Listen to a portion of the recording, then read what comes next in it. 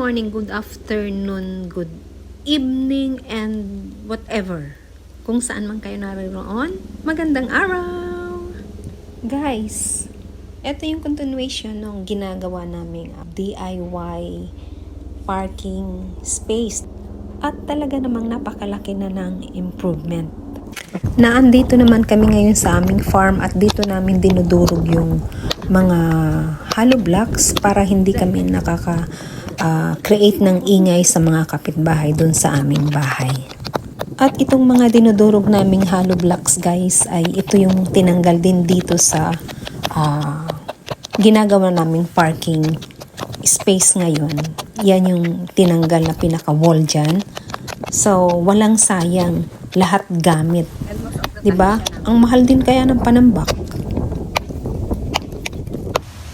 Yung nakapanood dati, mapapansin nyo napakalaki na ng improvement. Ang natanggal na dito is almost 1 metro ang lalim ang nahukay na.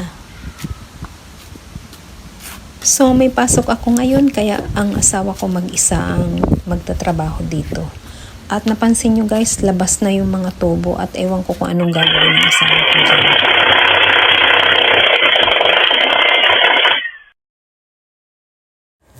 Rainy season na guys, kaya from time to time tinatakipan namin ito kasi yung nahukay na kapag hindi namin tinakpan mapupuno ng tubig. Mahirap siyang i-discharge pag pag wala ng ulan. So para hindi mapuno din ang tubig, lagi namin siyang tinatakpan ng trapal, and kinabukasan pag medyo wala ng mga after 2 days, bubungkalin na naman ulit ng asawa ko. At ayan, kita nyo naman, para siyang si Rambo. Ang sipag-sipag ng asawa ko. Thank you Lord sa good health.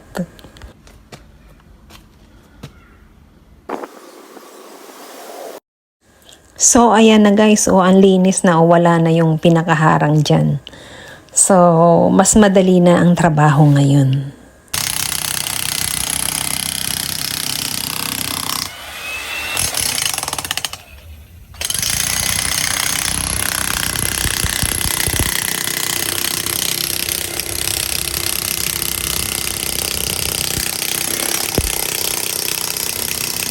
Itong pandig na ginagamit ng asawa ko ngayon guys, binili niya rin lang yun sa Yahoo, second hand lang.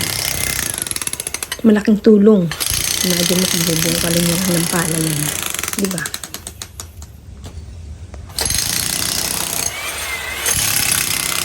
Kung ako lang guys, hindi ko talaga ma-figure out kung anong gagawin ng asawa ko sa mga tubo na nakalitaw dito.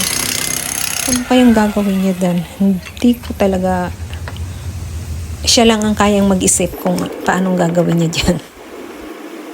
At syempre day off ko na naman, kaya chance kong makatulong sa kanya kahit papaano.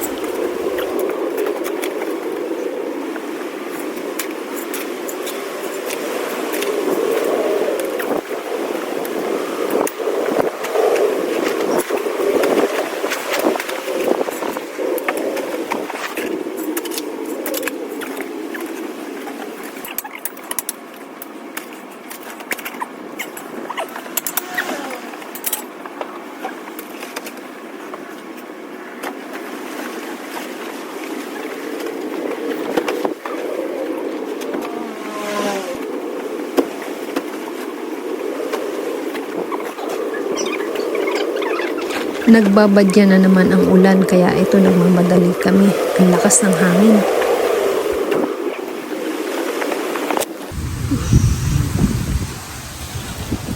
Tulala siya. So dadalhin na naman namin dun sa kabilang banger sa aming hatak. Okay, palit lang bota.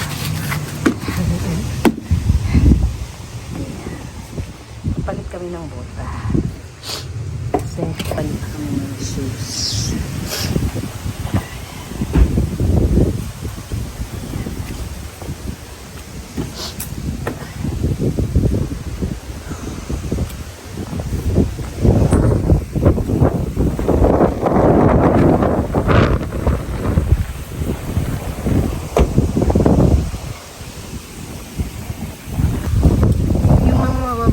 lugar dito sa aming Hatake. Yan.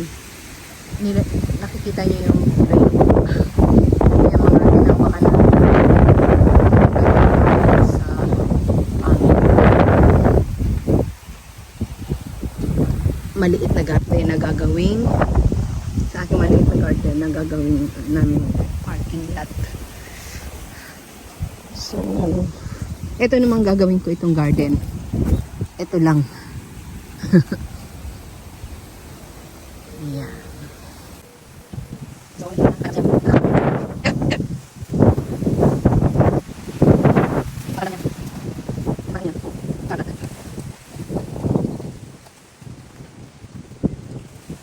yung mga tinatanggal naming lupa doon sa aming bahay, guys, na dito namin tinatambak nga sa aming farm, pinapaldak ng asawa ko para hindi bako-bako, kumbaga para flat pa rin itong aming farm. Pangit kasi tingnan kung bako-bako nga. So ayan, pinapaldak niya ng sasakyan.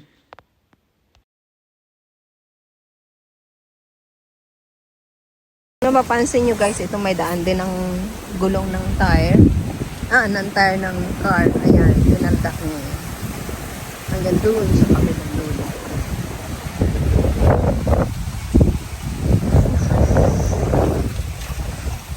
So this is our project for today.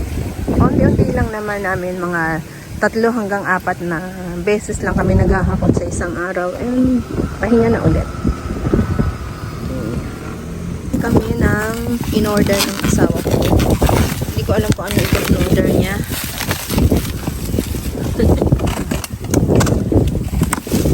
Hindi ko alam in-order niya. Ito, second hand lang to guys. Kasi nga gagamitin namin sa kuri naninisiro no. Tekking o kiri yatsu da. Tekking o pangkat daw ng bakal. Cutter ng bakal.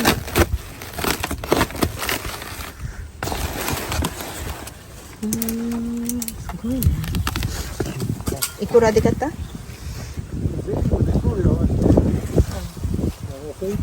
Nanase, shimpin di ka to?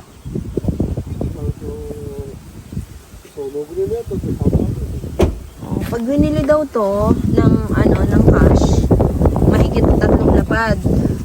So nabili lang ng asawa ko ng 7,000. Gagamitin na naman sa pagkat ng bakal pag in time nung kailangan na namin magkat ng bakal.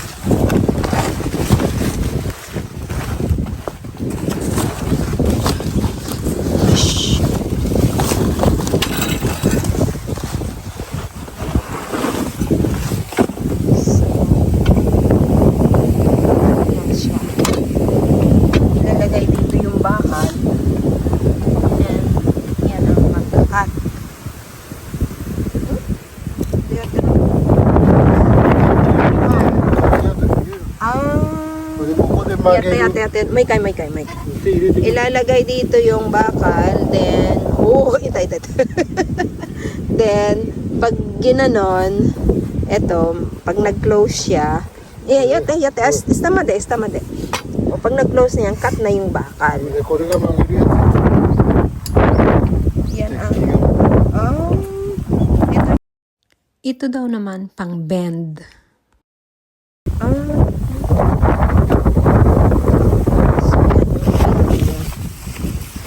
Natuto siyang bumili ng mga recycle dahil mahilig nga siyang mag-DIY. Dati hindi yan mahilig mag-DIY. So itong aming itong container namin, ito halos lahat to gamit niya. Binibili niya sa internet. May yung alam niya yung matagalang gamit. Bumibili din siya ng brand new. Pero yung alam niya isang beses lang gagamitin or twice. Basta may project lang siya na gagamitin. Ayan, bibili siya ng second hand. Diba? Tignan yung aming container. Alis lahat yan. Mga gulong-gulong pa dyan. Dami yung karamihang gamit niya. Kung ano-ano. Mga gamit niya sa Mga panlalaking kagamitan. Ganito kagamitan. Ah, ito. Then, ito rin, ginagamit niya ito. Ito brand niya namin kami. Ito naman yung pag nag-aayos siya ng sasakyan. Ang dami namin gulong guys. Oh. Kasi, itong mga gulong na to, merong pang winter tire at yung pang summer. Pang daily use na car. So, yung mga pang winter tire.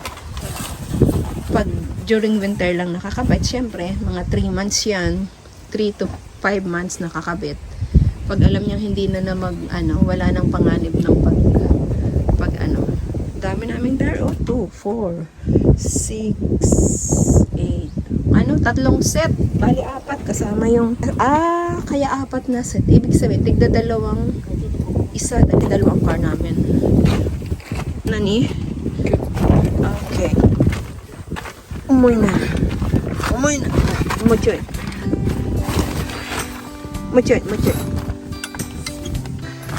Okay. Dadalhin yan sa bahay. At kailangan naka-ready na kasi malapit-lapit na siya magsemento. Maglagay ng concrete. Kaya binuksan niya na. So, that's it.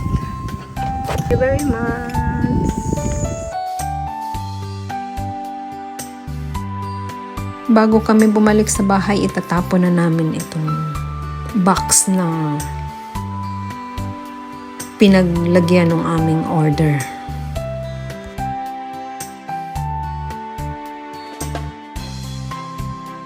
Dito naman yung tapunan ng basura guys. So itatapon na niya yung hindi niya naiuwi ng bahay. Yun ang maganda dito guys, merong talaga. Iba ang tapunan ng bakal, iba ang tapunan ng kahoy, iba ang tapunan ng bote, iba to ang tapunan ng karton. Katulad ito, hindi na yan makakarating ng bahay. Diba? Yun yung magagandang benefits namin dito sa Japan. Madaro?